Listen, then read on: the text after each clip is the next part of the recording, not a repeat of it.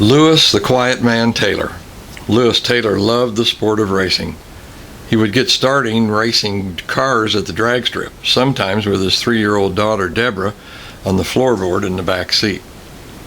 From the smell of burning rubber to a dare from his cousin Merle Turner, who told Lewis that he did not have the reflexes or nerves to race cars on a dirt oval. But Lewis took up the dare and proceeded to go on and race cars, getting his first win at the Paola track. One of the early wins came with Lewis driving his car with the hood up, which was impairing his vision. Lewis would go on to win 9 features in a row at Lakeside Speedway in a '65 Plymouth that he bought from Ernie Durr. Within 9 years, Lewis would claim track championships at Riverside Stadium in 1964.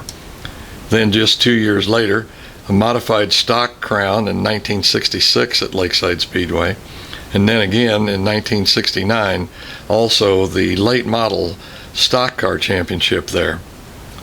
One of the rumors that went around was that Lewis Taylor and Thurman Lovejoy were always portrayed as bitter rivals during their racing days at the tracks in and around the Midwest.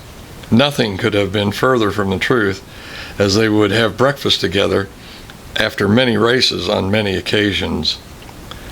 From the homemade hog track, as he called it, in the backyard, to traveling to the races in the IMCA series, as well as any other track that would pay money to win, Lewis, who was a self-made and supported racer, raced on many tracks from Canada to the Gulf of Mexico. And he would also run up against a lot of the big factory teams, such as Ramo Stott and Ernie Durr. Not one to back down from a challenge, Taylor continued racing with IMCA for most of his career. During one of these races, Lewis thought sure that he had Durr and Stott passed for the win, but got caught up in a wet spot on the track and would eventually lose to the two and finish third. Known for his car building and motor building skills, many a racer paid attention to what Taylor was doing on his cars. A true motivator, racers were always watching him to see what his next idea was for more speed. Other drivers coming up through the ranks and just starting out in racing, such as Mark Martin, wanted to work with Taylor and see how he did things and learn what made him so fast for just a guy out of his own garage. Martin worked on Taylor's pit crew for a while before getting into racing himself.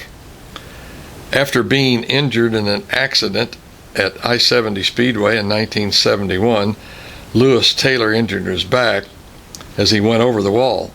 Taylor was still able to walk his daughter down the aisle on wedding day with the cast and all. Taylor remained in racing as many drivers and car owners wanted his hand-built race cars, with the likes of several drivers that were very popular and very successful in and around the Midwest. Known as the Quiet Man, Lewis Taylor was not the center of attention except winning on the tracks around the Midwest.